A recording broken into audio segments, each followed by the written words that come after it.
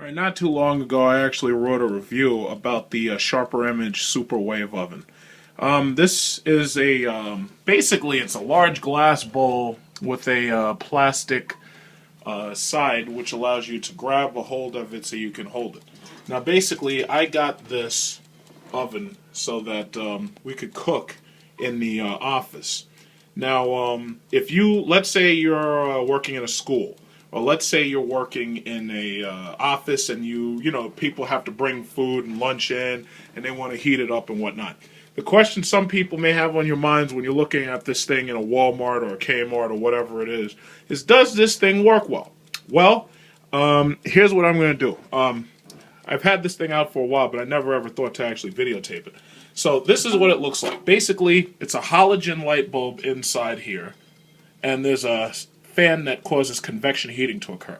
So what I'm going to try to do is I'm going to take some basic stuff that I got from a Walmart. These are a couple of mozzarella sticks, and I'm just going to make a couple of these for my for somebody who's working in here with me. I'm going to make a couple for him, a couple for me, and well, she can have one too, but whatever. So anyway, it's a halogen light bulb with a circulatory fan. This part's all metal and glass construction. This portion down here is a glass bowl. Because it's a glass bowl and it's almost airtight, that means that you can actually air fry things. Air fry means that you put a little bit of oil into it, and the oil gets so hot that it starts to fry, and it starts to cook over the sides of your food. I don't know how many different types of food that are perfect to use with this. One thing I do know is meats work pretty well. These mozzarella sticks, for instance, have cheese in them. The only problem that I've had thus far with this thing is that, as you can see, there's a timer and there's a temperature gauge. The problem is there's no on and off switch. The only thing that comes close to an on and off switch is the safety button that's on this part of the handle, and it will not turn on until you put the handle all the way down. So this is what I'm going to do. I'm going to reset the timer for just a little bit past, like about 10 minutes. And it's set at 450. It goes up to 480. And then when you put this down, shit gets real. So what I'm going to do is I'm going to let this thing cook this stuff. I'm going to go back to my desk. I'm going to get a little bit of work done.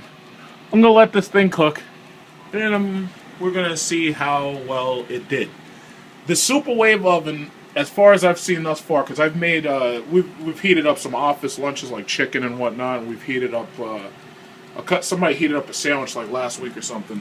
But, most of the times you don't really need an oven. Most people like using a microwave. The problem is some people don't like using a microwave because microwaves damage the water molecules in the food.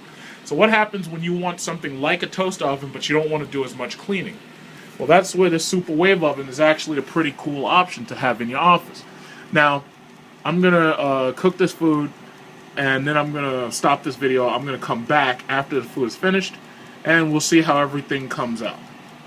Now, I wrote a review about this, and if you want, you can read the review, which you'll see in the comments section. And if you want to make a comment on this oven, go ahead and make a comment, because I know a lot of people have seen this oven, and they're wondering whether or not they should buy it.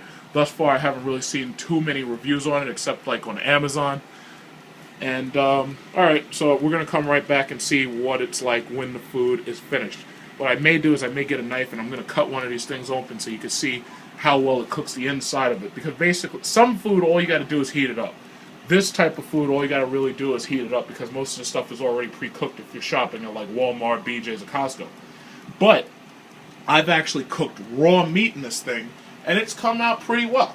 And the people who've made sandwiches and people who've heated up their office lunches and whatever, thus far it's come out pretty well. So let's see what happens. Okay, it's 5 minutes, as you can see the timer, it's 5 minutes since I put these things in there. And you can already see that these things are getting very brown very fast. One of the things about, having convection heating, especially, even though it looks like you just have a light bulb with a fan, it really is a lot more than that. What you've got right here is convection heating, and convection heating is very, very efficient, especially when you're dealing with a small glass bowl, and inside that glass bowl is relatively airtight. Like you don't feel much heat escaping around the seams of this thing. You really don't. But I'm looking at this, and it's basically finished, and it was only 5 minutes running at 450 degrees Fahrenheit. I was supposed to cook this stuff for 20 minutes at 450 degrees Fahrenheit. But it cooks so quickly until it's finished already. Now, the only downside, once again, is that there's no power button. There should be a power switch like right here. There should be a power switch. So that means that to turn it off, you have to lift up this, and when you lift this up, it knows that you're about to lift the hood off because there's a mechanical switch back here. Right there, there's a mechanical switch. So that's how you get to pull it off. And you can see this shit is cooked. It's just absolutely fried.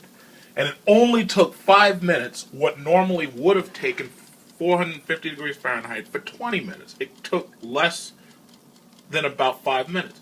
And another problem I will say, now this thing is a very efficient cooking tool. The only problem that I will say, there's no off switch, and you're not supposed to try to wind down the timer yourself. You're supposed to let the timer go off by itself. You can turn the temperature to off, but you're not supposed to try to turn the timer because you can damage the winding mechanism. Why is it in the 24th century this isn't digital? I mean, with all the stuff we got coming over from China, which is a problem in and of itself when it comes to our economy, why is it that we don't have a digital clock timer here? It shouldn't be a wind down clock timer. This should be either digital or they should have something else set up where you don't have to just let the timer run down, because that means that anytime this thermometer, anytime you turn the temperature up, it's automatically going to turn the machine on, and there's no other way to turn it off if this handle is down. So that can be a problem. But as for the insides of these sons of bitches are baked thoroughly.